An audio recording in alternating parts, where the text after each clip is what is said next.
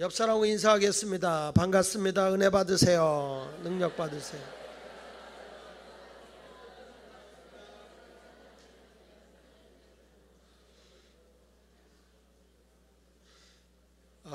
오늘 오신 여러분들에게 하나님의 은혜가 함께 하시길 바랍니다. 값지고 여러 군데서 먼 데서 경기도에서도 오셨고 저 포천에서도 오셨네. 이 집사님 반가워요. long time no see. 오래간만에 철야 때 보는 거예요. 감사해. 아이고 여기 오시면 몇 시간 걸려요? 2시간? 4시간 걸렸다고? 차가 밀리니까 개인량이 많이 걸릴 수도 있겠죠. 하여튼 그래도 은혜 받으러 오셨으니까 사모하는 심령들에게 벌써 오실 때 주님이 그 마음을 받으셨을 거예요. 또 가까이 있는 분들이 사실 오기가 더 힘들어요. 멀리서 오시려고 하는 분은 이미 오래전부터 다짐하고 굳게 먹고 있기 때문에 오시는데 가까이 있는 분들은 그때가 막 가봐서 결정하기 때문에 참 어려운 거예요. 근데 참 여러분 어려운 결단을 하시고 이렇게 오셨습니다. 자, 옆 사람하고 한번 인사하자. 잘 오셨군요. 은혜 받으세요.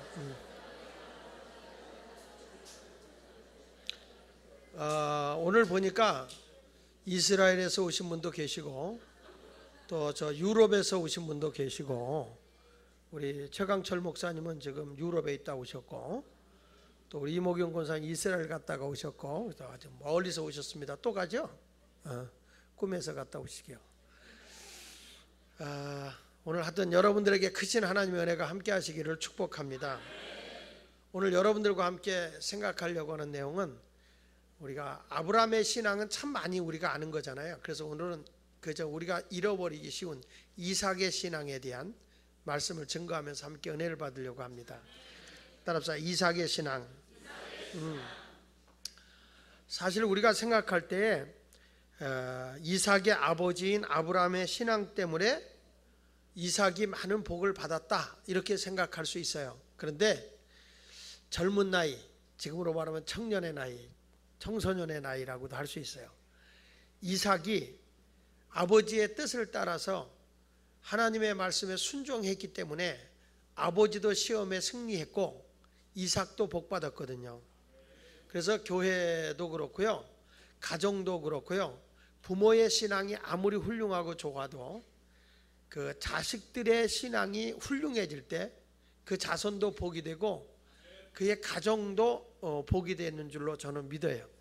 그래서 오늘 이삭에 대한 신앙에 대한 말씀을 증거하려고 합니다. 나는 우리 교회의 젊은이들이 이삭과 같이 하나님 앞에 드려지는 사람이 되었으면 좋겠어요.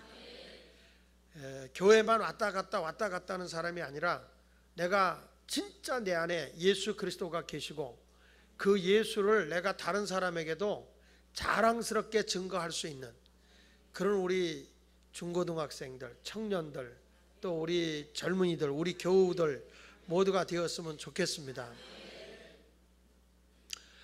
그러니까 사람이 그렇잖아요. 그 감염이 된다, 유행성 바이러스에 어느 걸리게 되면 그게 막 전염이 된다고 한번 생각을 해보세요.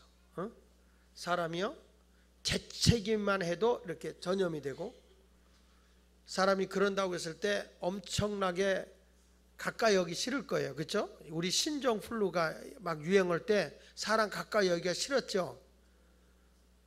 우리 교인들은 다 무슨 독을 마셔도 해를 받지 않기 때문에 다 뭐 믿음을 테스트하기 위해서 좋아한 줄 알았습니다만은 사람들이 재채기하고 막 이런 거 싫다고 그런다고. 근데 사실은 신약의 초대교회를 보면 성령의 역사에 의해서 저들이 영적 바이러스에 걸리는 거예요.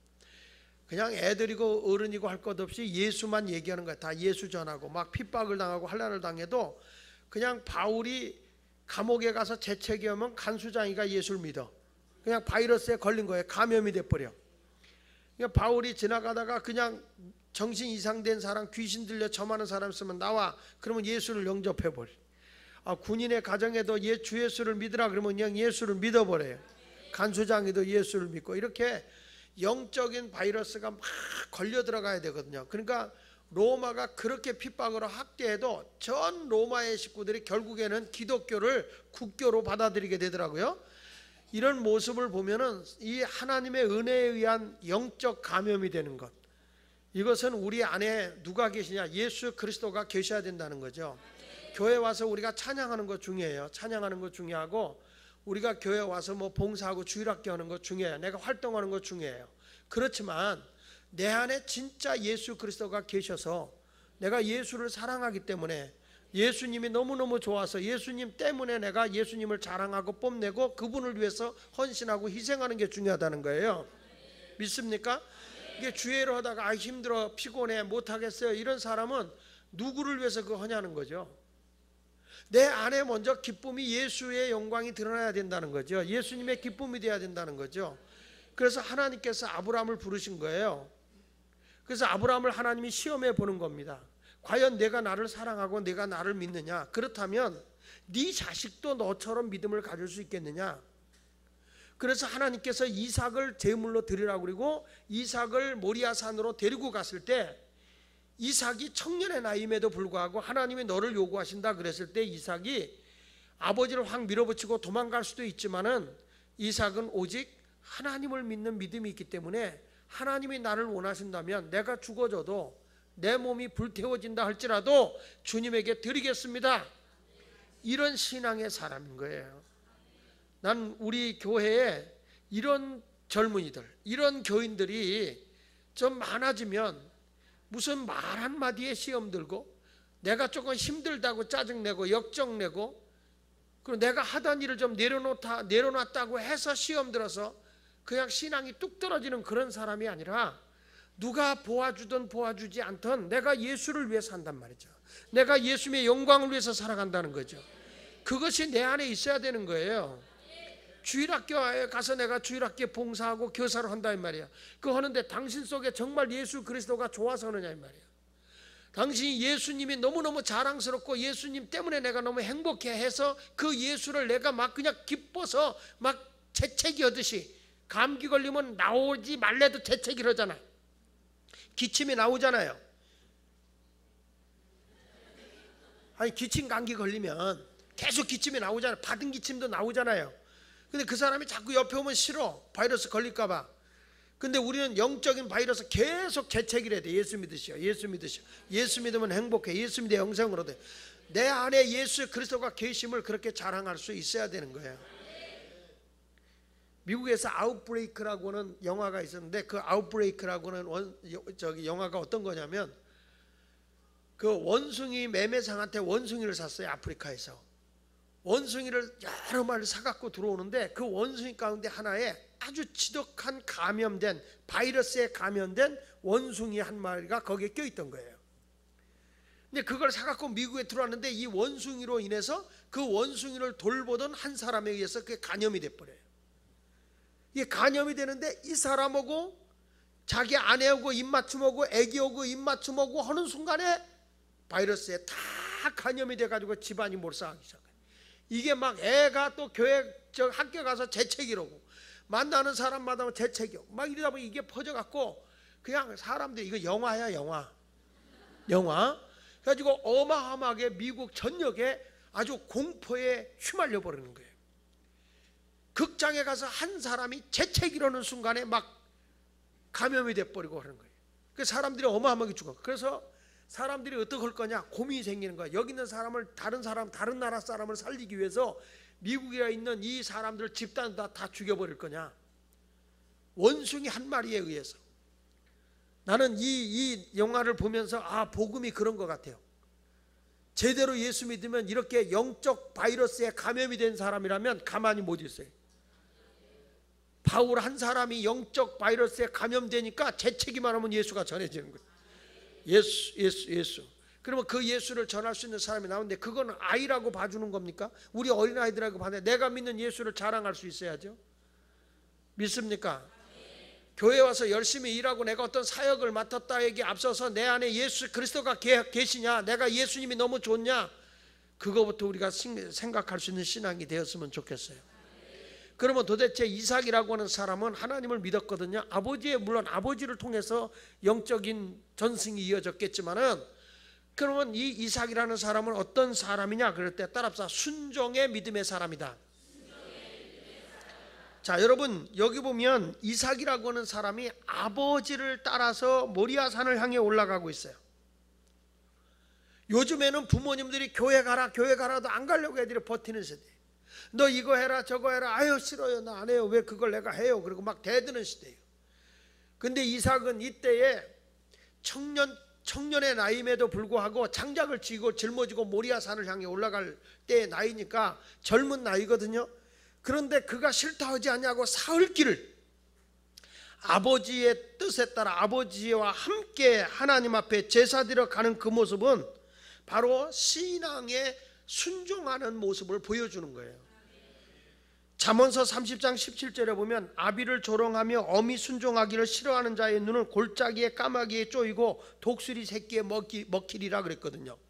그러니까 순종하지 않는 사람은 불행하다는 거예요. 순종하면 복입니다. 여러분 우리의 신앙의 중심이 항상 어디에 드려져야 되느냐? 제단 중심으로 드려져야 돼요. 아멘. 왜 여러분들이 이단에 넘어갑니까? 왜 신천지에 넘어갑니까? 항상 하나님의 교회 중심의 신앙생활하고 가르침을 받은 말씀대로 순종하면 문제될 게 없어요. 그런데 여기서 배운 거는 순종하지 않냐고 새로운 거 새로운 거 머리로만 지식적으로 생활하려고 하다가 거짓된 영에 붙들려 버리는 거예요. 지금 한국의 큰 교회들마다 하도 신천지가 파고 들어가가지고 너무너무 어지럽힌다는 거예요. 진리의 영은 그런 게 아니거든요. 여러분 여기 이삭이라고 하는 사람이 아버지가 원하는 3일길을 걸어서 그냥 순종하고 가는 그 모습. 그래서 저는 성경에 보니까 하나님께서 에덴에서도 사람에게 선과 악을 이렇게 규정해 주는 게 뭐냐 그랬을 때 순종이에요.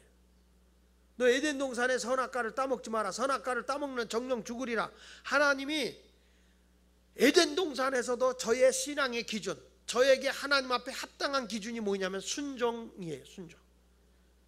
또 우리 하나님께서 노아 시대 때도 모리아산에 올라가서 그가 방주를 짓게 되는데 하나님이 요구하고 있는 것이 무엇이냐는 거예요. 하나님이 요구하고 계시는 것은 다른 것이 아니라 순종이에요. 순종. 방주를 져라, 방주를 져라. 방주를 짓는다고 하는 것은 모든 사람이 손가락질하고 무슨 배를 이렇게 햇빛이 쨍쨍 내렸더니 배를 짓는다고 그래. 지금 여러분 생각해 보세요. 지금 우리 흉년이 들어서 비가 오지 않아 가지고 굉장히 고통스럽잖아요. 100년이 넘게 102년이라나 104년 만에 우리나라 이렇게 가문다고 그러잖아요. 여러분이 오늘 기도하고 비 오기를 기도하면 하늘에서 비가 와요. 오늘 기도하십시다. 예. 그래서 막 하나님 앞에 이게 비가 오지 않는데 하나님께서 야 앞으로 비가 억수로 올 거니까 너 저 산에다가 배를 쳐라. 아니 한강에다 배 띄우는 걸 쳐라 그러면은 할 수 있겠어요. 근데 저와 여러분들을 향해서 어디 가서 배를 치라고 그러냐면은 저 설악산 꼭대기에 올라가서 거기에 올라가서 배를 져라. 아니면 인왕산 꼭대기에 아니면 삼각산 꼭대기에 올라가서 거기다 배를 져라. 그러면 우리 교인들 다 같이 나고 배지로 올라갑시다. 그러면 순종할 사람. 자 우리 나의 생활 다 내려놓고 우리 함께 올라가서 하나님의 명령입니다. 거기다가 우리 방주를 짓겠습니다. 할렐루야. 다 같이 올라갑시다. 여러분 이게 남의 얘기니까 그럴 수 있겠구나 이렇게 생각을 하는 거예요. 아무도 순종하지 않았어요. 그런데 이 사람에 있어서 중요한 건 그 가족, 노아의 모든 가족 8식구가 방주를 다 지었다는 거예요. 그러니까 하나님께서 이 노아의 홍수가 끝난 다음에 그의 가족들에게 온 세상의 땅을 지배하고 정복하고 다스리게 하나님이 복을 준 겁니다. 똑같이 했는데도 여러분은 솔직히 내가 요즘에는 자식 둘 낳아도 순종 안 하는 세대인데 자식이 이제 온 가족이 8식구 그러니까 아마 6이겠지 자식이 부부에다가. 그러니까 이 8식구가 거기서 구원을 받게 되는데 방주를 졌다는 거죠. 그러니까 하나님이 노아에게서 뭘 보기를 원한 거냐면 순종이에요. 순종. 순종이라는 것이 그렇게 중요한 것입니다. 할렐루야. 그래서 믿음의 결과는 뭘로 나타나는 거냐? 믿음의 결과는 뭘로 나타나는 거예요? 순종이에요. 순종하지 않으면 안 돼. 사도행전 14장 2절에 보면 그러나 순종하지 아니하는 유대인들이 이방인들의 마음을 선동하여 형제들에게 악감을 품게 했다. 여기 보면 순종하지 아니하는 유대인들이, 근데 원문에서 찾아보면요, 믿음이 없는 유대인들이 이렇게 표현했어요. 순종하지 아니하는 유대인들이라고 하는 사도행전 14장 2절에 있는 말씀인데, 원문에서는 믿음이 없는 자들이 이방인들의 마음을 선동하여 형제들에게 악감을 품게 했다는 거예요. 그러니까 우리가 뭘 얘기하는 거냐면, 믿음은 순종과 같은 의미를 가지고 있다는 거예요. 당연히 내가 예수 그리스도를 믿는 믿음이 있으면 뭐가 따라와야 된다는 거예요? 진리에 대한 순종이 따라와야 되는 거예요. 거기에 하나님의 역사가 있게 되는 줄로 믿습니다. 내가 순종하지 않는다는 건 뭐가 없다는 거예요? 질문 같지 않으면 대답을 하네. 순종이 없다는 건 뭐가 없다는 거예요? 믿음이 없다는 거예요. 그래서 히브리서 11장 20절에 믿음으로 이삭은 장차 있을 일에 대하여 야곱과 에서에게 축복하였다고 그랬어요. 믿음으로. 믿음으로 이삭은 자기 아들들에게 너에게 앞으로 이러이러한 일이 있을 것이다, 믿음으로 축복을 했다. 그러니까 그대로 열매가 나타난단 말이에요. 그래서 오늘 여러분들이나 저는 어떤 사람이 되어야 되느냐? 하여튼 순종하는 사람이 되었으면 좋겠어.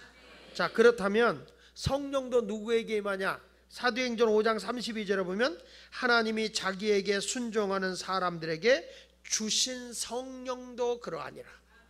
그러니까 성령은 누구에게 임해요? 순종하는 신앙을 가진 사람에게 성령도 임한다. 이 자리에 와서 마지못해서 내가 집사이기 때문에, 권사이기 때문에 그냥 순종하지 않으면서 입에서는 원망과 불평이 꽉 차 있으면서도 그냥 와서 기도하고 있어요. 그런데 하나님은 그런 사람에게 순종을 줄까요? 순간적으로 악한 영이 들어가죠. 순종하는 자에게 하나님이 성령을 준단 말이에요. 그래서 오늘 여러분은 그러면 순종은 누구에게 해야 돼요? 첫째는 하나님께 해야 돼요. 따라서 순종은 하나님께 하자. 사도행전 5장 29절에 베드로와 사도들이 대답하여 이르되, 한번 같이 찾아봅시다. 사도행전 5장 29절.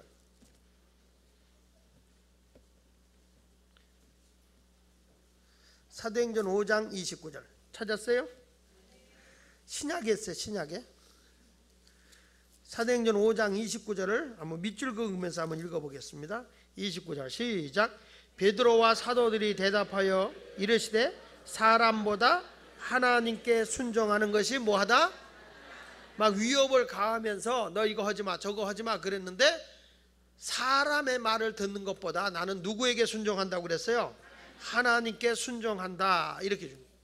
그러니까 여러분, 내가 신앙생활 하면서 막 그 못하게 하는 게 있잖아요. 집안에서도 사람들이 막 못하게 할 때 있잖아요. 그러면 사람들이 옆에서 막 인간적으로 해석해주고 인간적으로 이렇게 해봐 저렇게 해봐 이런 말을 하는데, 진짜 믿음은 뭐예요?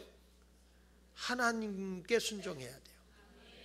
그래서 그 마카이벨리라고 하는 사람은 이런 얘기를 했어요. 정신 연령이 어린 사람일수록 사랑을 베푸는 자보다 무섭게 하는 자에게 더 잘 복종한다. 다시요. 지금 무슨 말인지 못 알아들어요? 정신 연령이 어린 사람일수록 사랑을 베푸는 자의 말을 듣는 것보다는 자기를 무섭게 하는 사람들에게 복종을 더 한다는 거예요. 그러면 성숙한 사람은 어떤 사람이 더 훌륭한 거예요? 자기를 부드럽고 따뜻하고 사랑으로 대해주는데도 아주 알아서 자발적으로 순종을 해. 그런 사람은 정말 모범적인 신앙이라는 거예요. 성숙한 사람이라는 거예요. 근데 이런 분 있죠. 벌 받을까 봐 주에 이러는 사람. 응? 내가 이거 안 하면 하나님 앞에 징계를 받을까 봐, 일이 뒤틀릴까 봐, 애가 아플까 봐, 내가 사명을 저버리면 가다가 교통사고 날까 봐, 그래서 무서워서 겁나서 주의 일을 한다면 여러분의 신앙은 상당히 영적 정신 연령이 어린 거다. 그냥 예수님이 너무 좋아서, 하나님의 사랑이 너무너무 기쁘고 좋아서, 그래서 그냥 무슨 말씀이 떨어져도 아멘 아멘 하는 신앙은 아주 성숙한 신앙이에요. 스스로 자기한테 물어보세요. 너 성숙했니? 이렇게 물어보세요.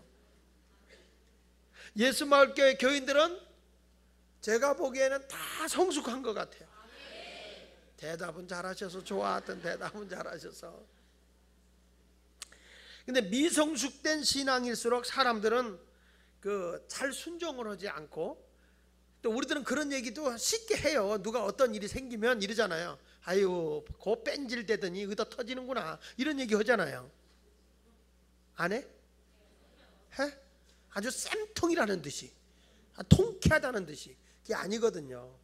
우리가 신앙은 누가 하라 그러든 하지 않든, 누가 보든 안 보든 스스로 알아서 순종하는 그 모습, 누구에게? 하나님께.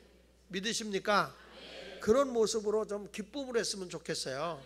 뭐 하다가 힘들고 뭐 자기 막 기분 들면 하고, 난 그래요. 우리 교회도 이 찬양 사역이라든지 성가대라든지 뭘 하든지 간에 자기들이 정말로 어떤 사람이냐면 예배위원이거든요. 예배위원. 내가 예배위원이란 말이에요. 그 예배위원은 예배는 빠지면 안 되잖아. 예배위원이 그 사역에 다 자기가 모든 걸 해줘야죠. 믿습니까?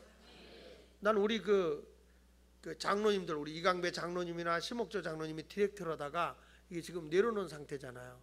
그런데도 어디 갈 때 보면 우리 이강배 장로님은 막 신방도 막 쫓아오고 막 이렇게, 그러니까 막 교인들이 칭찬을 하더라고요. 디렉터 할 때보다 더 낫디야. 그런 얘기를 하더라고요. 사실 굉장히 어려운 거예요, 여러분.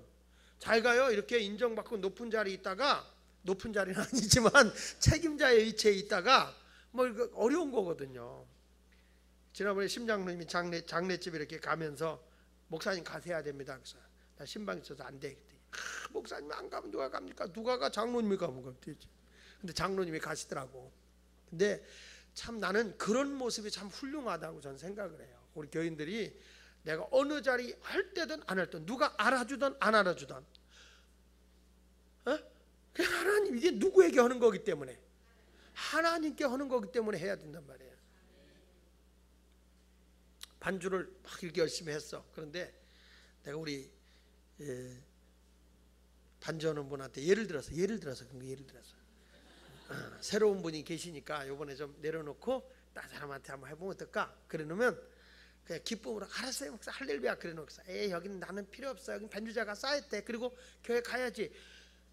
이거는 좀 이해가 안 되는 거예요. 이해가 안 되는 거예요. 내가 그럼 여기서 하면 내가 어느 마을에 가서 반주해 줄까? 막 뭘 일을 찾아놔서, 내가 누구에게 일하는 거니까? 하나님께 일하는 거예요. 사람은 자기 나타나고 부각되는 곳에는 잘 하려고 그래요. 근데 자기가 그걸 내려놨을 때는 잘 안 하려고 그러거든요. 근데 이름 없이 빚도 없이 하나님께 순종하는 사람은 분명히 이삭과 같은 복을 받게 돼 있어요. 순종은 누구에게 해야 된다?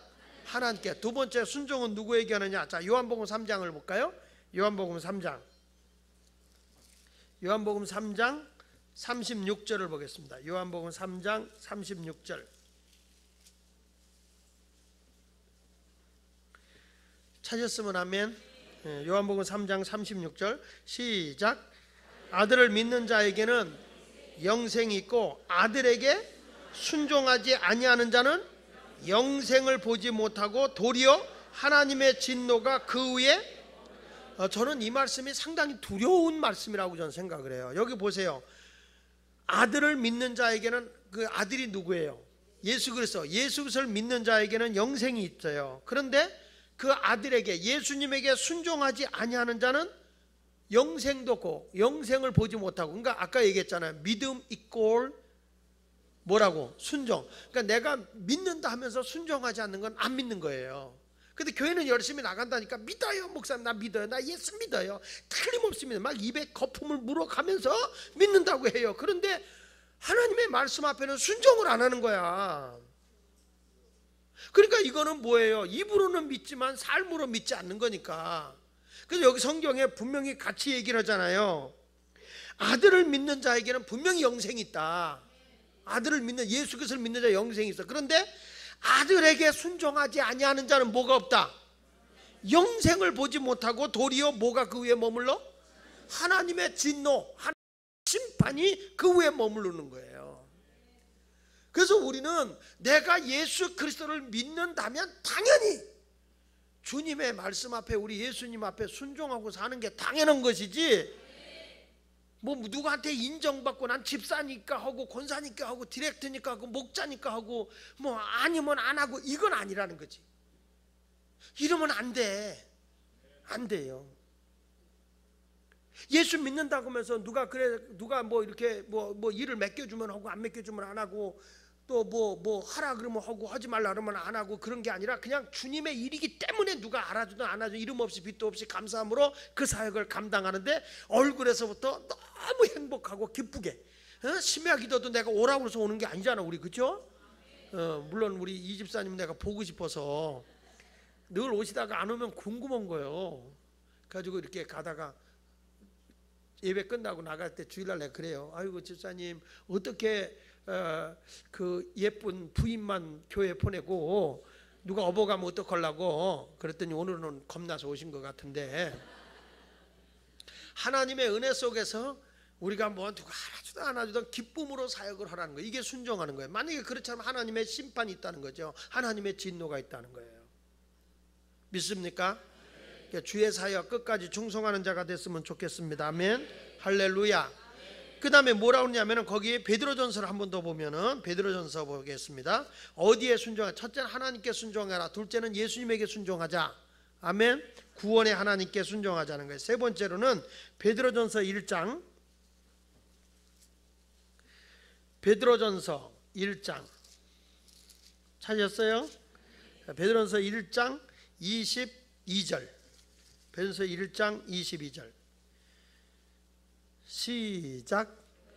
너희가 진리를 순종함으로 너희 영혼을 깨끗하게 하여 거짓이 없이 형제를 사랑하기에 이르렀으니 마음으로 뜨겁게 서로 사랑하라.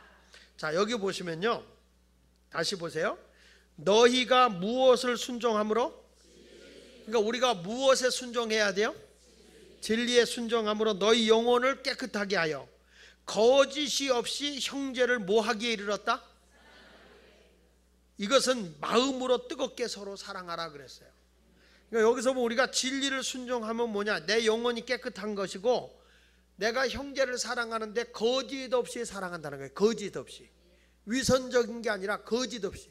내가 책임 때문에 하는 게 아니라 거짓 없이 주님의 사랑으로 내가 한 형제를 뜨겁게 사랑하는 모습이 되어야 된다는 거예요.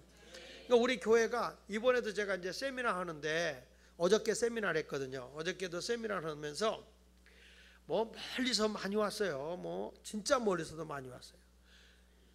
근데 그분들이 그 세미나를 듣는데 이제 제가 원로 목사님하고 그렇게 앉아서 식사를 하게 됐거든요. 근데 원로 목사님 한 분이 이렇게 같이 앉으셨어요. 그래서 식사를 하게 됐는데 그 원로 목사님 뭘 하시느냐 하면은 은퇴하시고 그 복지관을 이렇게 운영을 하고 계시더라고요. 복지관.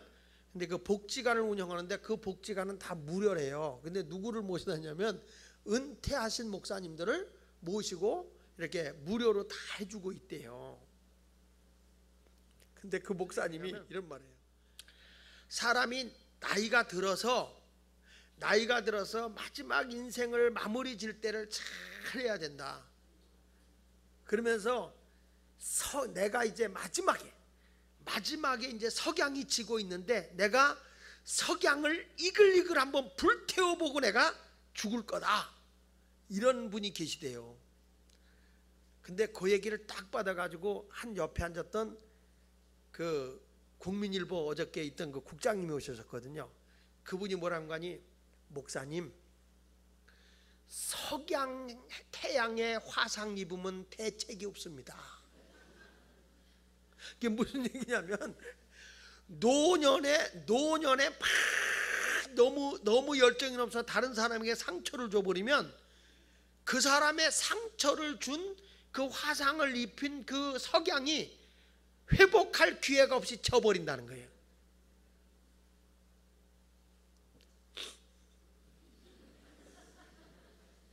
중천에 있는 태양은 그래도 이렇게 떠가지고 이렇게 또 나중에 화상을 다 이렇게 치료한 다음에 질 수도 있지만 이게 그러지 못한다. 그 말 듣는데 그거 참 말 되더라고요.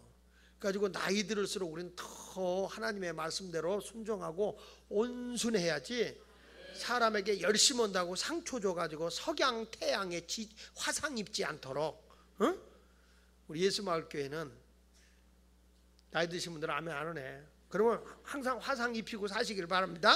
예? 예. 근데 그러니까 우리가 여기 성경에 있는 말씀을 보면 무엇에 순종해야 되느냐? 진리에 순종하고 살아야지 자기 의지, 자기 고집, 자기 뜻대로 하려고 그러면 안 돼요. 그러니까 진리 안에 순종하는 아름다운 삶을 살아갈 수 있기를 예수 이름으로 축원합니다. 그래서 진리의 하나님의 말씀에 기록된 대로, 성경에 기록된 대로 우리가 안식일도 거룩하게 지키고 선교도 하고 봉사도 하고 11조도 하고, 내가 또 선교하러도 나가보고 또 기도의 자리에도 열심히 참여하고 전도하는 자리에도 과감하게 참여하고 이런 순종하는 사람이 된다면 이삭에게 내렸던 복이 저와 여러분에게도 임하리라 확실히 믿습니다. 믿습니까?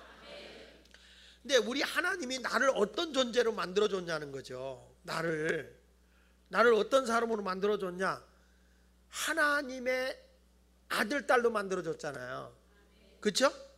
그 영접하는 자, 그 이름을 믿는 자들에게는 하나님의 자녀가 되는 뭘 줬어요? 내가 누구냐 이 말이에요. 내가 누구예요?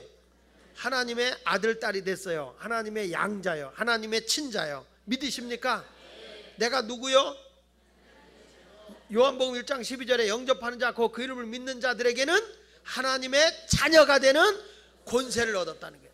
그래서 내가 누구라고요? 하나님의 자녀다.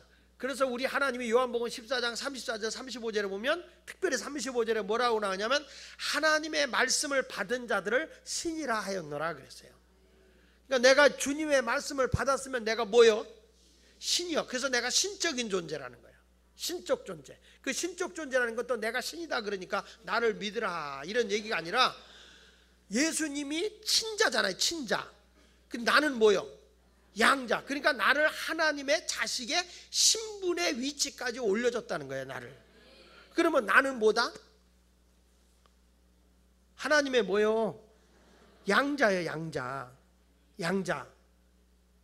아시겠어요? 그러면 내가 이제 하나님의 아들, 딸이다 그것만 누리는 게 아니라 예수님이 한 영혼을 사랑하고 한 영혼을 구원하기 위해서 십자가에 죽기까지 했잖아요. 그러니까 내가 진심으로 주님의 진리 안에 산다면 어떤 사람이 되어야 될까요? 우리 요한일서 3장을 보겠습니다. 요한일서 3장을 한번 볼게요. 16절을 보겠습니다. 391페이지 찾으셨어요? 자, 시작. 그가 우리를 위하여 목숨을 버리셨으니 우리가 이로써 사랑을 알고 우리도 형제들을 위하여 뭘 버리는 것이? 목숨을 버리는 것이 뭐하다? 그러니까 예수님이 여기 보세요. 우리를 위해서, 나를 구원하기 위해서 예수님이 십자가에 죽었다 그 말이죠. 목숨을 버리셨다는 거예요. 그러면 내가 지금 어떤 신분을 가진 자라고요? 누구냐고? 내가 하나님의 자녀의 자리에 위치해 있잖아요. 양자의 자리에 있잖아요. 그러면 예수님이 나를 구원하기 위해서 십자가에 죽었다면 나도 한 영혼을 위해서 뭐 하라는 거예요? 목숨을 버리기까지 죽으라는 말은 아니야. 뭐 한 일 있다고 죽으려고 그래. 내가 한 영혼을 사랑하는데 십자가에 죽을 때까지 희생하는 마음으로 그 영혼을 사랑하는 게 우리서 말하는 새가족을 돌보는 MD 사역이라고요. 근데 우리는 하다가 힘들면 목사님 교회 안 나온대요. 어쩌다 한번 나온대요. 나 가면요 쳐다보지도 않아요. 나 그 인간 보러 가지 않을 거예요. 그거는 하나님의 사역이 아니라는 거예요. 얼마까지 내가 그 영혼을 사랑해야 된다고? 다시 얼마까지? 주기가. 그러니까 내가 새 가족을 위해서 돈을 1,000원을 쓰고 10,000원을 쓰고 20,000원 쓰는 게 아까워? 돈 들어가는 게 아까우시냐고요? 근데 왜 대답이 점점 겨들어가냐고. 목숨을 버리기까지 해야 되는데, 내가 한 영혼을 구원하기 위해서는 목숨을 버리기까지 사랑을 해야 되는데 그거 조금 부담을 준다고 그래서 난 못해 해야 돼. 죽기까지 사랑하는 모습이 나타난다면 하나님이 얼마나 기뻐하겠냔 말이죠. 그게 바로 진리에 순종하는 거예요. 그래야 이삭과 같으면, 이삭 보세요. 주님의 말씀에 순종하기 위해서 자기 몸을 제물로 드리는 거야. 제물로 드린다는 목을 따고 각을 떠서 창자를 끄집어내고 불에 태워서 드리는 거니까 완전히 불태워서 죽여져서 불태워 드리는 거라고요. 그게 하나님의 자녀들의 본분의 자세라고요. 이런 마음만 있으면 영혼을 못 구할 리가 없다고 저는 생각해요. 돈을 떠나서 한 영혼을 위해서. 믿습니까? 할렐루야. 여러분, 내 자식이 아파 병원에 가서 치료를 받아요. 돈 들어가는 게 아까워서 치료 안 해주는 부모님 손 들어봐요. 물어보는 내가 죄인이지? 그건 아니란 말이에요. 여러분 모두가 하나님 앞에 철저하게 우리가 진리 안에 순종하는 그런 성도가 되기를 예수 이름으로 축원합니다. 할렐루야. 찬송 우리 한 장 하고 말씀을 이어나가겠습니다. 다 같이 주를 앙모하는 자 354페이지, 찬송가 354, 주를 앙모하는 자. 이번에 딱 업됩시다. 올라갑시다. 에? 주님을 향해서 좀 열정을 가지고 올라가자고. 올라가. 할렐루야. 이제부터 여러분 하나님께 순종하고 예수님께 순종하고 그리고 진리에 순종해서 내가 한 영혼을 위해서 죽기까지 순종하는 사람이 됐으면 좋겠어요. 어저께 세미나를 하다가 한 목사님이 세미나를 오셨어요. 어디에서 왔냐면 이제 이분이 순천에서 목회를 하다가 익산으로 오셨대요. 근데 이분이 2008년인가? 2008년도에 저를 봤대요. 이제 다니엘 곡성기도원에서 세미나를 하는데 자기가 세미나 들어와서 첫 시간에 자기가 깨졌대요. 가지고 이게 MD 사역, 야 이거다. 내가 한 영혼을 위해서 십자가의 사랑으로 죽기까지 하겠다. 아주 이 양반은 명함에다가 이렇게 썼어. MD 정신은 십자가의 정신입니다. 이렇게 써놨어. 아주 명함에다가. 우리보다 확실하더구만 이 양반이. 그래가지고 이 양반이 얼마나 열심히 자기가 했는지 교인이 몇 명 안 되는 교회를 1년 만에 100명을 키웠대요. 이분이 그 MD 하나만 가지고 아주 자기는 생명을 걸었대. 자기는 아주 그냥 그때 자기하고 같이 세미나를 들은 사람이 300몇 명이 됐는데 MD에 푹 빠진 사람이 자기 하나래. 그때 가지고 자기가 쫙 가지고 그 주준성 목사도 그 MD 가지고 막 강사하니까 자기 교회 3번을 불러다가 했대. 하는데 이번에는 원조한테 가서 들어야 되겠다. 예, 그래가지고 왔는데 이분이 소문이 나니까, 목회를 잘한다고 소문이 나니까 익산에 있는 교회, 큰 교회에서 이분을 스카우트 해간 거예요. 스카우트 해가지고 이분이 거기 가서 MD라고 하니까 이분들이 숫자는 많은데 MD가 뭔지 알아들을 수가 있어야지. 근데 해보니까 좋긴 좋은데 그 원로 목사님이 도무지 이해가 안 되는 거예요. 이게 자기는 제자교육만 시켰는데 무슨 MD라고 그러질 않나, 미사일 디펜스인지 그게 뭔지 하여튼 그냥 하여튼 MD라고 그러니까 그래가지고 한번 가보자. 그래가지고 이 목사님이 원로 목사님을 설득시키고 교인들의 지도자를 몰고서 이제 온 거예요. 와가지고서 이제 어저께 하다가 그 목사님이, 그 나이 드신 목사님이 탁 꼬꾸라지면서 그 말씀을 하는 거예요. 내가 목회를 이제야 깨달았다고. 여러분 이건요 얼마나 중요한 건지 몰라요. 예수 그리스도께서 바로 우리 자신을 위해서 죽기까지 사랑한 것을 우리도 그렇게 해야 되는 거예요. 그러면 당연히 이게 영혼들이 살아나는 거예요. 왜냐하면 주님의 말씀이기 때문에 해야 돼. 우리는 착각하는 게 뭐냐면 장 목사가 MD한다 그러니까 우리 목사님 건 줄 아는데 내게 아니에요. 예수님이, 우리 주님이 하시는 일이요. 예수님이 뭐라고, 내게 오는 자를 하나도 잃어버리지 않는 게 내 아버지의 뜻이다. 한 영혼도 잃어버리지 않는 게 아버지의 뜻이란 말이야. 그래서 우리는 그걸 위해서 최선을 다하고 열심을 다하고 충성을 다하고 힘을 다해서 그 사역을 감당해 나가야 되는 거죠.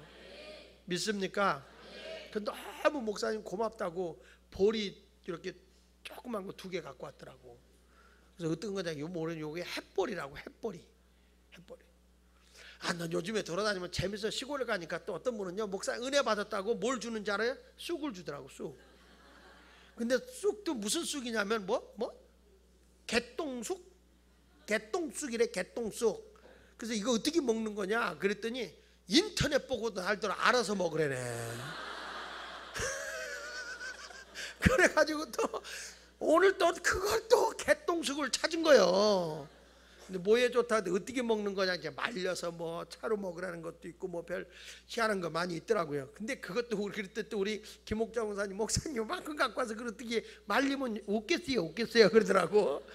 그래도 그 마음이 이쁘잖아요. 그 와서 은혜 받았다고 비록 개똥쑥이지만 난 그런 쑥은 처음 봤어.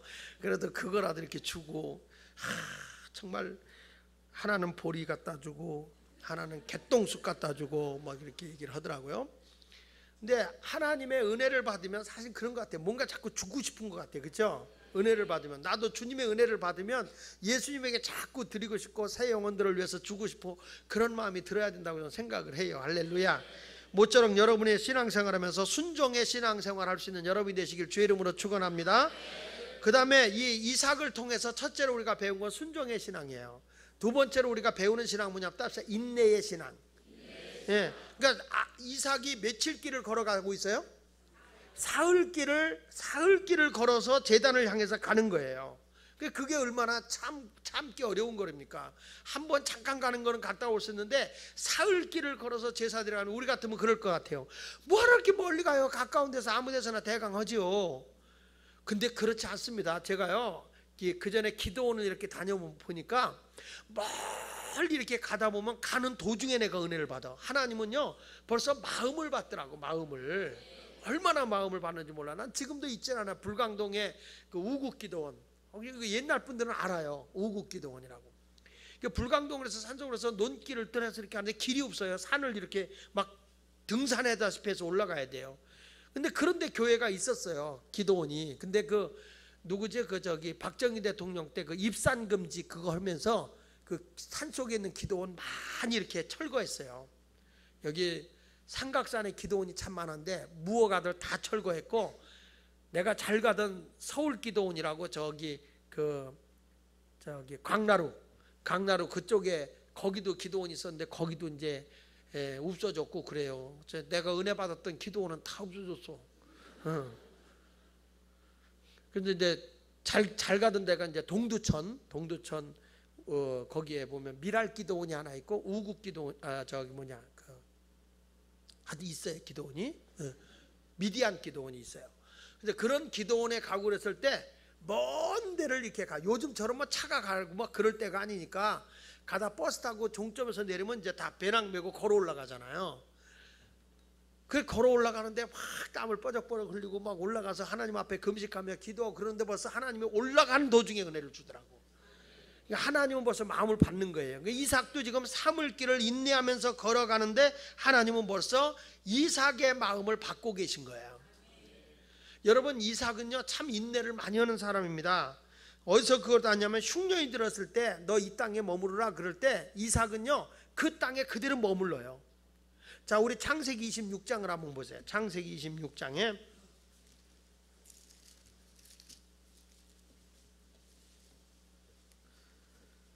자 1절부터 읽어볼게요. 1절 시작. 아브람 때에 첫 흉년이 들었더니 그 땅 또 흉년이 들매 이삭이 그랄로 가서 블레셋 왕 누구에게 이르렀더니 아비멜렉이 이르렀더니 여호와께서 이삭에게 나타나 이르시되 애굽으로 내려가지 말고 내가 내게 지시하는 땅에 거주하라. 이 땅에 거주하면 내가 너와 함께 있어 내게 복을 주고 내가 이 모든 땅을 너와 네 자손에게 주리라. 내가 내 아버지 아브람에게 맹세하신 것을 이루어. 그러니까 여러분 신앙생활하다가 힘들고 어려울 때도 있어요. 흉년이 올 때도 있어요. 내가 영적으로 갈등이 올 때가 있어요. 영적인 흉년이 올 때가 있습니다.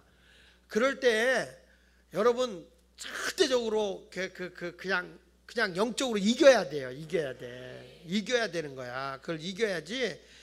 그래서 여러분 보세요. 교회를 이렇게 조그만 무슨 일 생기면 계속 어쩔 수 없이 뭐 이사하는 게 아닌 이상은 그냥 여기 갔다 저기 갔다 여기 갔다 그런 사람이 있어요. 계속 돌고 도는 그런 분들이 계세요. 근데 그런 분들은 신앙이요 하나님의 복을 못 받아. 근데 이삭에게도 뭐냐면 너 이 땅에 거야. 하나님 말씀을 순종하는 거야. 그러면은 뭐라고 얘기했냐면 내게 복을 주고 내가 이 모든 땅을 너와 네 자손에게 주겠다, 그렇게 얘기해요. 저도 어떤 분이 이렇게 와서 목사님 저 교회 이렇게 옮기겠습니다 그러면요 제가 그런 얘기를 해요. 이분이 나가서 정말 신앙생활 잘하고 하나님 중심으로 하려고 그러면 내가 오케이 해요. 근데 이분이 내가 보니까 자기를 도피하려고 한다든지 자기가 하나님 중심으로 가려고 하는 게 아니라 어떤 인간적인 생각을 앞서가려면 내가 못 가게 막아요. 그러지 마라. 그래서 가질 게 없다. 가더라도 잘 되고 난 다음에 가라. 기쁠 때 가라. 지금은 때가 아닌 것 같아. 근데 말을 뭐 안 들어요. 이상하게 사람들이요 안 들어요. 내가 그분이 갔다고 해서 내가 목회 못하는 거 아니거든요. 그렇지만 보여요. 제가 32년을 목회하면서 보면 이게 하나님 중심의 신앙의 결단이 필요한 거지 인간적인 방법으로 가지 않았으면 좋겠다는 거예요. 그 흉년이 들었는데 하나님이 아브라함에게 뭐라고 얘기하니 힘들지만 이삭에게 힘들지만 너 여기 있어 그랬어요. 근데 요 흉년이 들었을 때 아브라함도 똑같이 너 여기 머물러 그런데 아브라함은 안 머물고 애굽으로 내려갔다가 마누라 뺏겼거든요. 아브라함은 여러분 이거 볼래요? 자 23장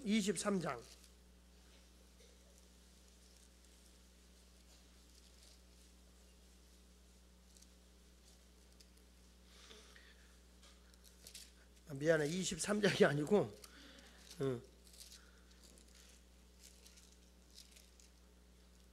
자 창세기 13장이에요. 13장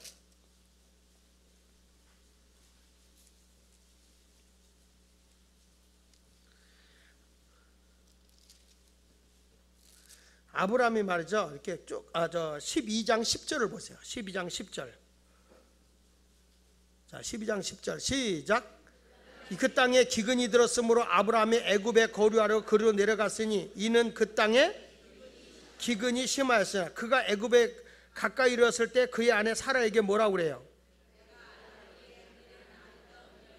애굽 사람이 그대를 볼 때 이르기를 이는 그의 아내라 하여 나는 죽이고 그대는 살리리니 원하건대 그대는 나의 누이라 하라.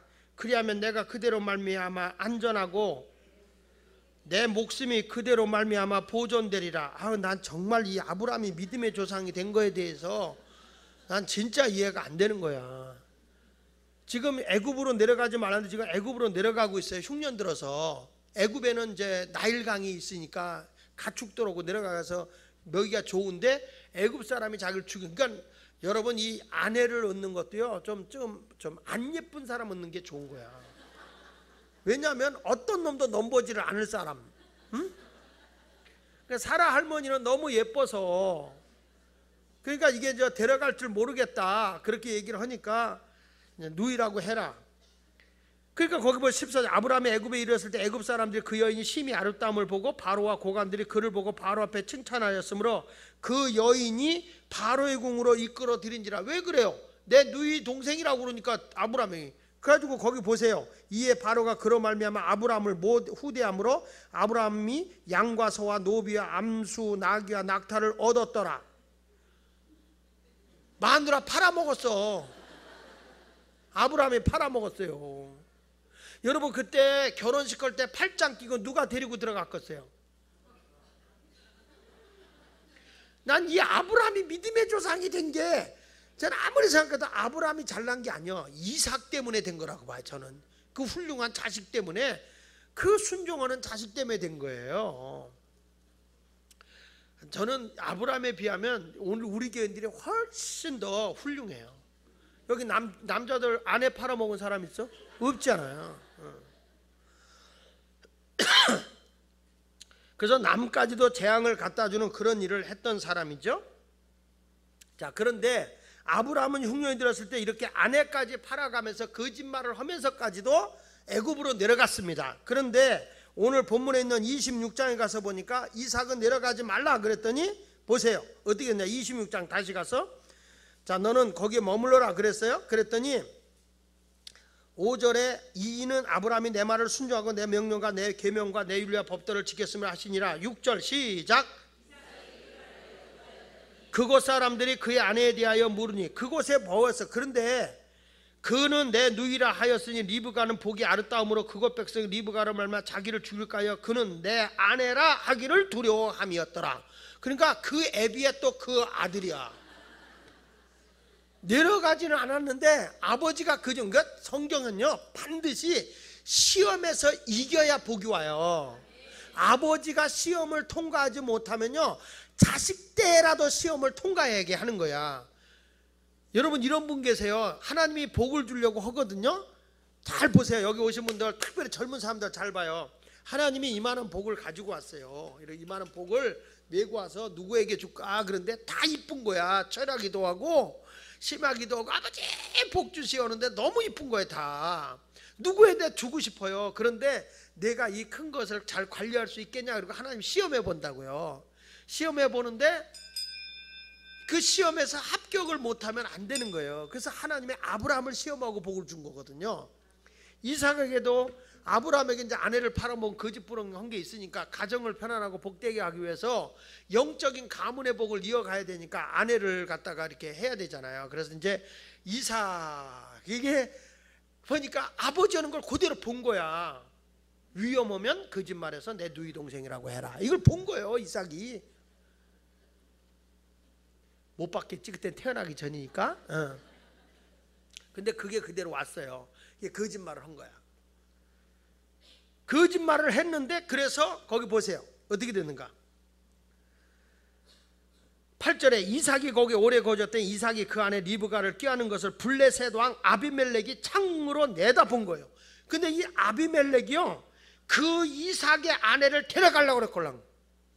이뻐서. 그러니까 적당 타당성하게 생기는 게 좋아요. 9절에 이 아벨이 이삭을 불러 이르되 그가 분명히 네 아내건을 어찌 내 누이라 하였느냐. 이삭이 그에게 대답하되 내 생각에 그로 말미암아 내가 죽게 될까 두려워하였음이라. 아비멜렉이 이르되 내가 어찌 우리에게 이렇게 행하였느냐. 백성 중 하나가 내 아내와 동거하였도다. 네가 죄를 우리에게 입혔으리라. 아비멜렉이 이에 모든 백성에게 명하여 이르되 이 사람이나 그의 아내를 범하는 자는 죽이리라. 하나님이 보호해서 안 뺏겼어. 아브라함은 뺏겼고 이삭은 안 뺏겼어요. 근데 하여간 이삭이라는 사람은 그 해에 오랫동안 흉년된 땅에서 순종하고 기다렸어. 인내하고 기다렸어요. 그랬더니 12절에 이삭이 그 땅에 농사하여 그의 몇 배나 100배나 얻었고 여호와께서 복을 주었다. 그러니까 여러분 순종하고 인내하면 하나님의 복이 와요. 인내해야 하나님의 복이 오는 거야. 조금 힘들다고 요리 가고 조리 가고 그러지 말고요. 지난 주간에 제가 이번 주 말고 지난 주간에 가평에 집회를 갔는데 그 가평에서 식사를 하러 가는데 어디를 가냐면은 그 가평의 그 호수에 막 이렇게 뭐 보드도 타고 뭐 하는 데도 있더라고요. 그 가평 호수에. 근데 그 식당에 거기 가서 이제 그 회인데 그 무슨 회냐 그 민물고기 그 뭐지? 쏘가리 말고 회. 송어. 아유 요즘엔 이렇게 기억이 잘 안 나. 송어요. 그 송어를 먹는데 한 사람이 바로 이렇게 밖을 내다보는데 밖에서 한 사람이 낚시를 하는 거예요. 야, 그 사람이요 낚싯대 딱 하나 놓고 오는 거야.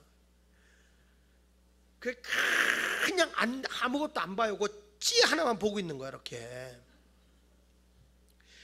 우리가 밥을 먹고 다 먹고요 얘기하고 커피 한 잔 마시고 가는데 2시간 20분 정도 걸렸어요. 근데 2시간 20분은 움직이지 않고 찌를 봐요.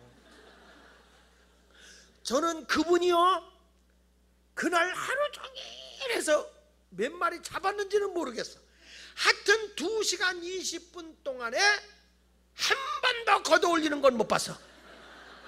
이건 봤어. 이렇게 올려가지고 다시 이렇게 미끼 바꿔 끼고 하는 건 봤는데 나오는 건 없어. 내가 나하고 정면으로 마주쳤어. 그 사람이 이쪽 보고 낚시오고 나는 이렇게 보고. 그런데 그걸 보고 제가 내가 저런 열정만 가지고 우리 교인 쳐다보면 은혜 못 받을 사람이 없겠다.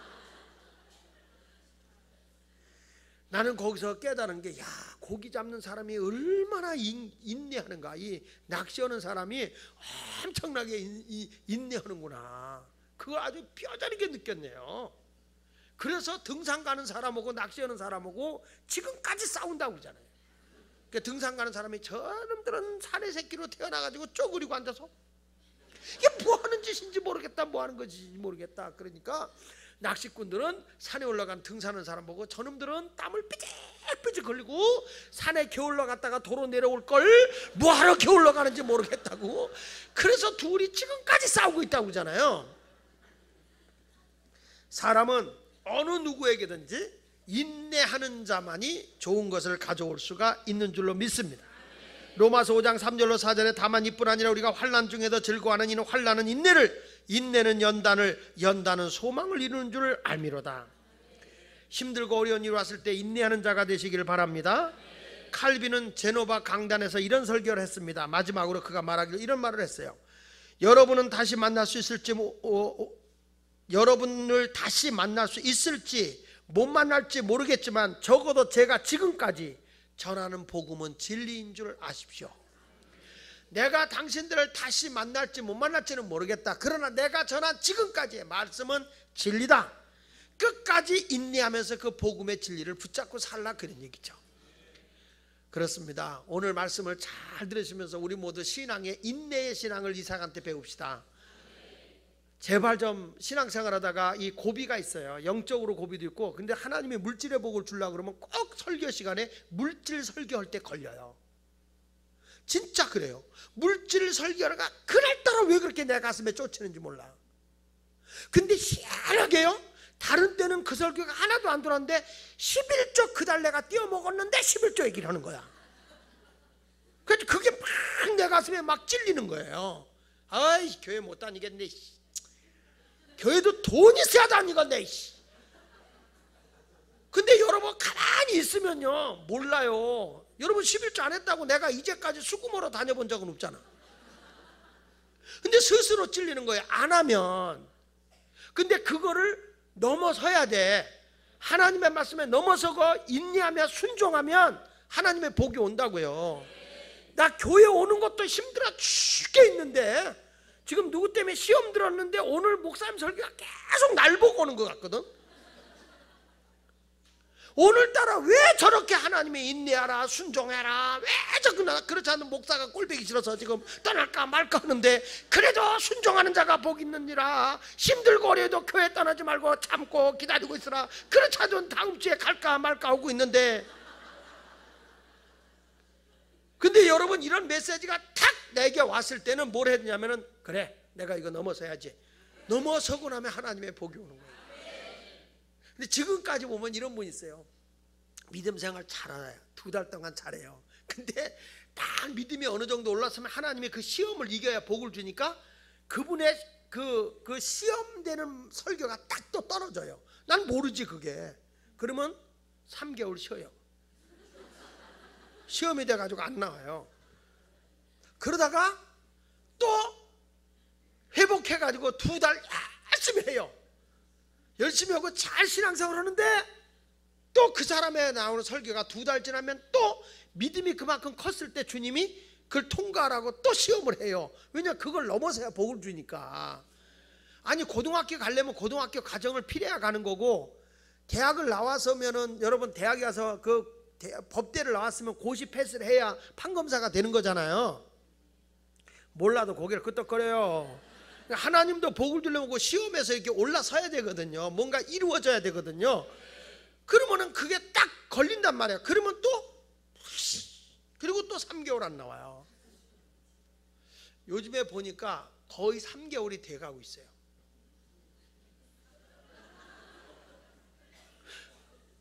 저는 알아요. 또 나올 거예요. 2달 지나면 믿음 생활 2달 동안 잘해요. 3개월 또 쉴 거예요. 언제까지? 그 시험에 합격할 때까지.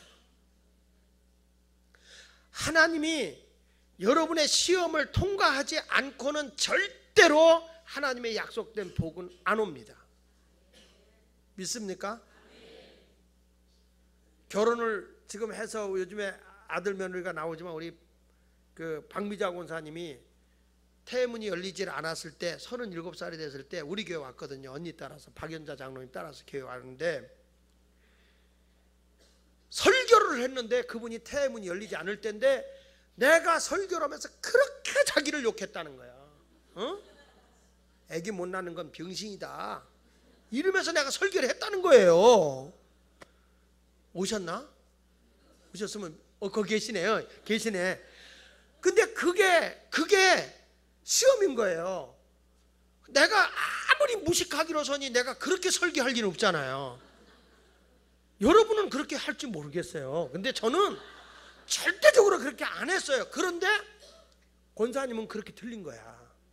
막 들린 거예요. 그러니까 옆에 있는 분이 중요한 거예요. 옆에 있는 분이 언니가 막 와서 이제 그때 우리 시장에 있는 분들은 다 입이 걸었어요. 내가 듣진 않았지만 우리 박미영 권사님이 아마 그랬을 막 이랬을 것 같아. 막 그냥 이랬을 것 같아요. 그랬는데 언니가 박연자 그때 집사님이셨죠. 그러더래요. 너 하나님이 애 줄래나 보다. 애 줄래나 보다. 나도 같이 설교 들었는데 그런 말씀 안 하셨어. 목사님 모시다 신방 받아라. 목사님 모시다 신방 받아라. 그러니까 또 순종을 하셨어. 나는 욕먹은 것도 모르고 갔다니까. 그래서 거기 가서 제가 설교한 게 지금도 잊혀지지 않은 게 시편 37편의 말씀이에요. 행악자로 인하여 불평하지 말라. 그런데 소원을 아뢰라. 여호와께서 이루시리라. 그 얘기하는데 권사님 그때는 성도님 자매님 소원이 뭐예요? 그랬더니 우리 곽씨 핏줄을 갖는 사람 하나 낳는 게 소원이라고 그렇게 말씀하셨어요. 저는 그래서 그때 기도했는데 하나님의 은혜로 그때부터 배가 부흥되기 시작하고 하나님 은혜로 나서 아유 벌써 장가가 가지고 그냥 며느리하고 주일날 같이 나오는 거 보면 얼마나 감사한지 기도로. 그래서 그가 진성이요 참진짜 별성자, 내가 진리로 별과 같이 태어났다 해서 그렇게 이름을 지어줬거든요. 보세요. 그런 시험이 온다니까. 그때 만약에 박미자 권사님이 그때 언니 말을 안 듣고 다 필요 없어, 다 개 같은 놈의 새끼들이야, 다 개가 같은 막 이러고 만약에 시험 들어서 안 나오셨다면 솔직한 얘기로 하나님이 그 가정의 시험을 통과하고 난 주어야 할 그 태의 문이 열려지는 복을 받았겠냔 말이야. 반드시 여러분 시험에 이겨야 하나님의 영광이 드러나게 될 줄로 믿습니다. 할렐루야. 옆에 악수하고 있어서 우리 시험에서 이깁시다. 한 번 더 인사하세요. 오늘 설교가 찔리십니까? 이기세요. 시작.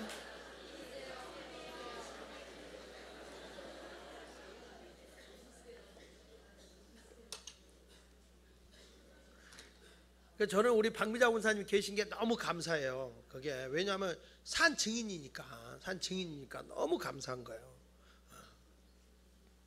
여러분들도 시험에서 꼭 승리하시길 주 이름으로 축원합니다. 저도 우리 교회에서 목회하면서 나도 시험 참 많이 받았거든요. 목사는 시험 없는 게 아니에요. 더 많아요. 얼마나 교인들이 나를 내쫓으려고 그러고 내가 얼마나 시험이 많았는데요. 나가라 뭐 하여튼 말도 못하게 뭐 지나가다가 말이야 양복 입고 지나가면 말이야 아이고 뭐 양복 입고 지나가면 뭐 우리는 막 기름물 막 튀고 냄새나고 비린내나고 오는데 지금 우리 그 시장에 미국에 살다 오신 분이 계신데 그분이 미국식으로 이분이 좀 미국식이거든요. 그래가지고 아유 안녕하세요 아침에 일어나면 굿모닝 하는 식으로 안녕하세요 가깝게 지나가면 점점 멀어진대요. 아이고 그분이 하는 말에서 무섭대. 근데 우리가 거기서 교회를 개척했잖아요. 근데 그런 지역에서 하다 보니까 뭐 단벌 양복도 찢질 않나 뭐 뺨을 때리질 않나 지나가다가 뭐 밤중에 무슨 일 생기면 전화해가지고 만나자 그러고 만나갖고 와서는 교인이 이만큼 치워가지고 교인이 이만큼 쳤어. 그래가지고 너 때문에 우리 집 장사 안 돼. 나는요 평균 표준어가 견자야.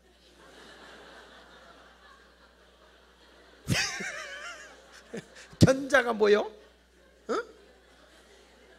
네, 우리 장로님 여기 계셔 강 장로님 계시지만 나하고 같이 신방 갔을 때 그분이 날 뺨을 때렸어요. 장로님하고 같이 갔을 때 강 장로님 기억나세요, 장로님?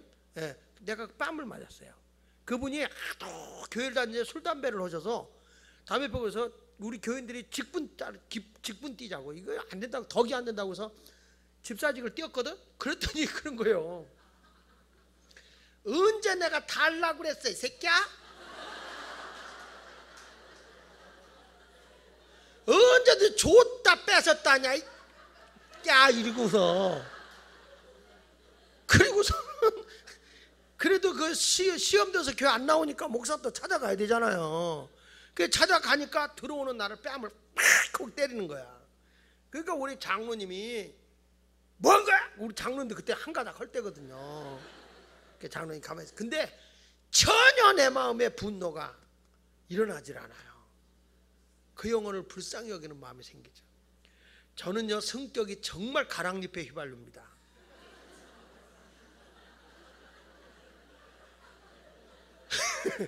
불로는 가랑잎에 불 지르면 얼마나 좋다. 거기다 휘발유 불러놓고 불 지르는 사람이에요, 저는.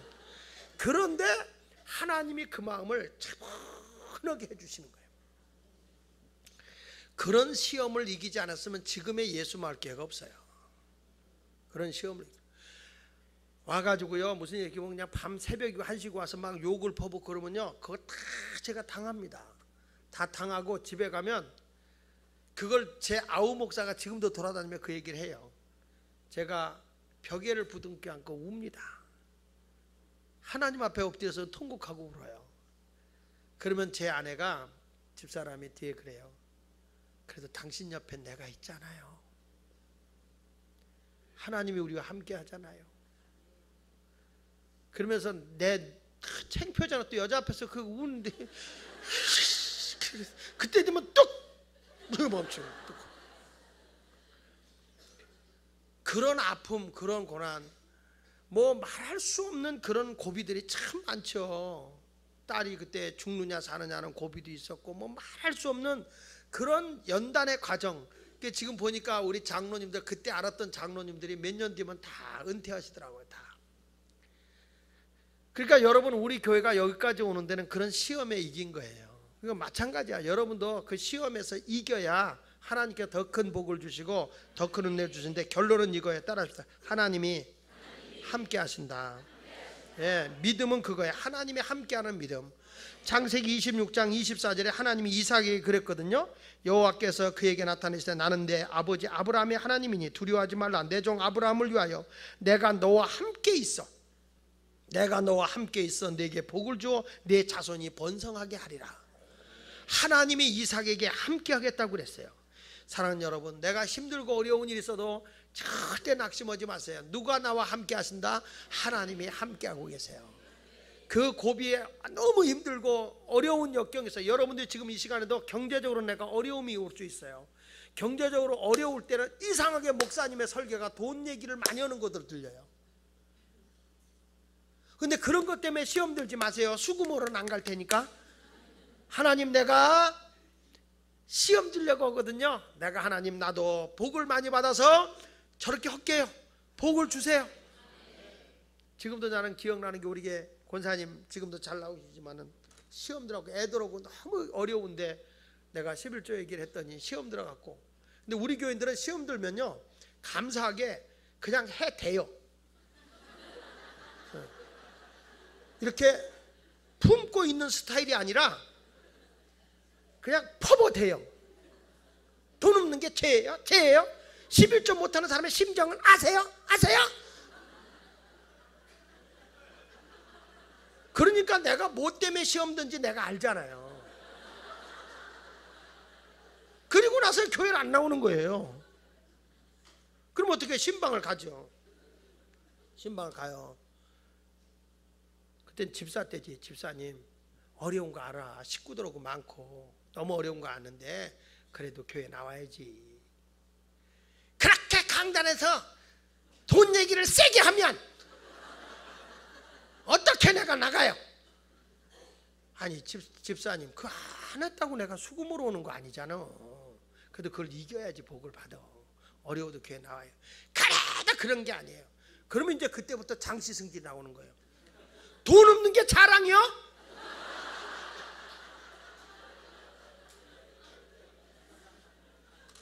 없으면 하나님께 오기 부리고 하나님 나도 11조 할 수 있도록 돈 좀 주세요 이렇게 하나님께 오기 부리지 나한테 성질 부린다고 돈이 오냐?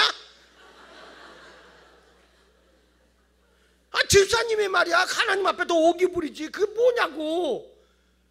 그 막 피들으니까 목사님 왜 성질 부리고 야단이에요 내가 욱대는데 교회 안 나온다고 그러니까 그렇지.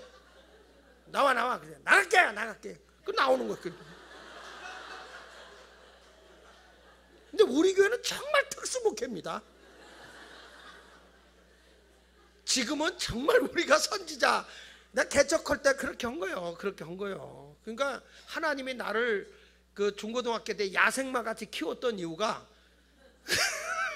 이 중앙시장에 하나님이 나를 때려 몰아서 너 그 비스크리 한 사람하고 맞짱 떠라 이거 맞짱 떠라.